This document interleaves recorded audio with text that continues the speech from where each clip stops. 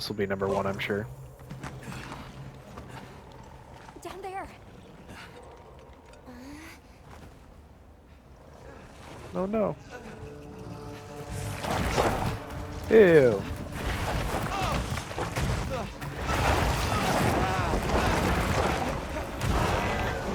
It's a 𝕽𝕚𝕚𝕟𝕜𝕤. Oh, my bad. It's a Chatacabra.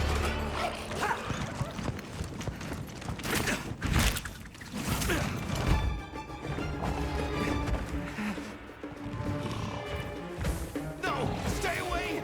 Brother is. Come on, bud. We have to run. Yeah, but you'll see it. They're not like full real quests. They're like just a demo. Ooh, big thorns. It's just to show that you know how to at least survive long enough to play the real game. Just leave him. I'll help. Hurry. They want to make sure that people don't just faint and faint and faint in multiplayer. So I'll help you through the tutorial. It won't be bad.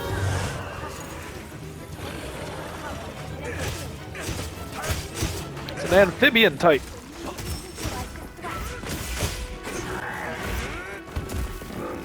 Remember how I block again. It's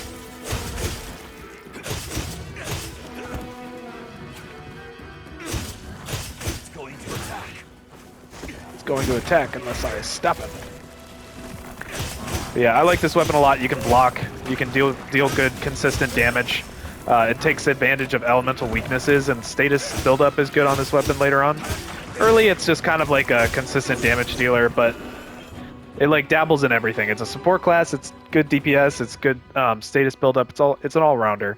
They're very good about keeping it as an all-rounder. Hold L2 to activate focus mode. This allows you to attack in the direction of the target with R. Yeah. So this is new to this game. They had done something like this before.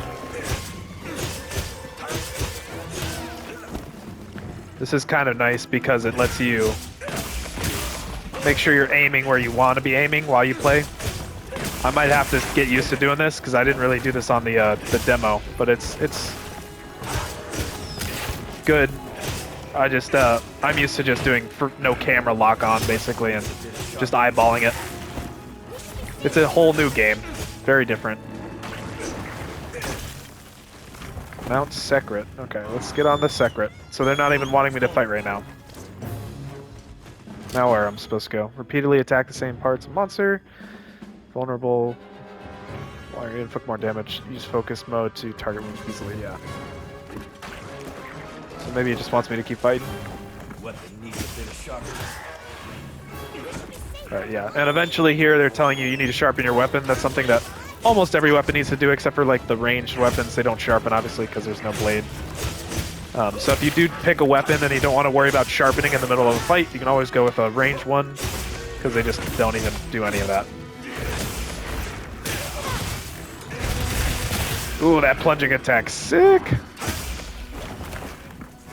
I'm gonna do the vital stab. One, that's right. So this is also new to this game. If you wound him enough, you can like get these red flashing weak spots and seek them out to do some big explosive damage. But you want to leave it on for as long as you can because everyone who's hitting that weakened spot is doing extra damage while you don't explode it basically and leave a scar behind. And then perform a focus strike. If the hits a wound, it will destroy the wound, dealing a large amount of damage and stunning the enemy. Yeah, so the stunning the enemy is another key part. Sometimes you want to stun the enemy just because your friend is getting absolutely destroyed and he just wants a break, so you just knock him down like this. If you do enough damage to the legs, even without doing that focus slash, they'll just get knocked down on their own. But you got to do enough damage to like a limb a certain amount of time. Maybe 2 limbs, I think is what the rule used to be. And it's always subject to change. They're always updating these games. So sometimes a rule that used to be is maybe not the way it was anymore. Time your guard with a monster's attack to perform perfect guard. You can unleash a powerful counter slash attack after a perfect guard with triangle. Alright, let's try it. It's targeting you. Be careful. There you go. Perfect. Oh, I messed that one up. Let me try it again. Yeah, it's pretty good. It's got a straight parry attack. That's totally new. I think almost every weapon's got a parry attack, so if you got an option to block with, you do have an option to block with a lot of the melee weapons that have a blade and such. Even the heavy bowgun has a blocking option, so if you get good at learning when the monster's moves are, you can definitely take advantage and save yourself some health probably while you do it. Looks like it's moving to a new area. He's running away. So they always do that. They always start running after a while. Yeah, I'll just let him go. Use an SOS. And some of these guys are dropping ammo for your slinger. The burst pod, it's called. Looks like they're telling me now I can invite other players. This isn't like specifically asking for friends to join though. It's just letting random people join me that are on the same quest. Or maybe not on the same quest, but I think it's just asking other people who are looking to help out to join me now, who's already done this quest. I think we can mine this. So yeah, if you're ever playing alone and you want help all of a sudden, you can just do an SOS flare and it'll call some randoms in to help you. These are actually looking weird because I turned on the anti-spider game mode of this so that they look like slimes instead of spiders. The arachnophobia filters on. I kind of like how they look though. They look kind of crazy. They look like flubber, but I'm kind of feeling it. But these are supposed to be spiders. You haven't started, but you need help.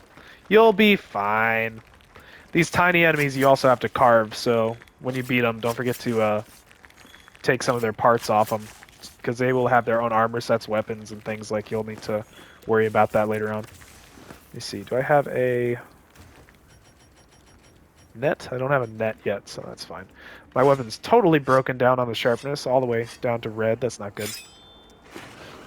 It looks like sharpening once isn't even enough to max it out, so you might have to sharpen multiple times to get it back all the way up to fully sharp.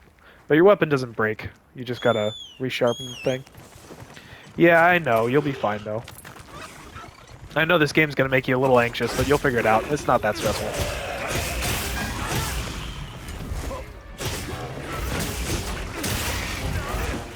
This dude's taken a beating and a half already, so he is, I'm sure, close to being finished already. Tutorial ones are never that strong.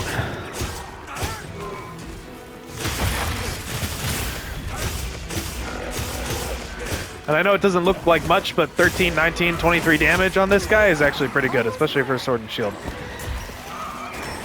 Ooh, I got tackled by these slimes. That's messed up.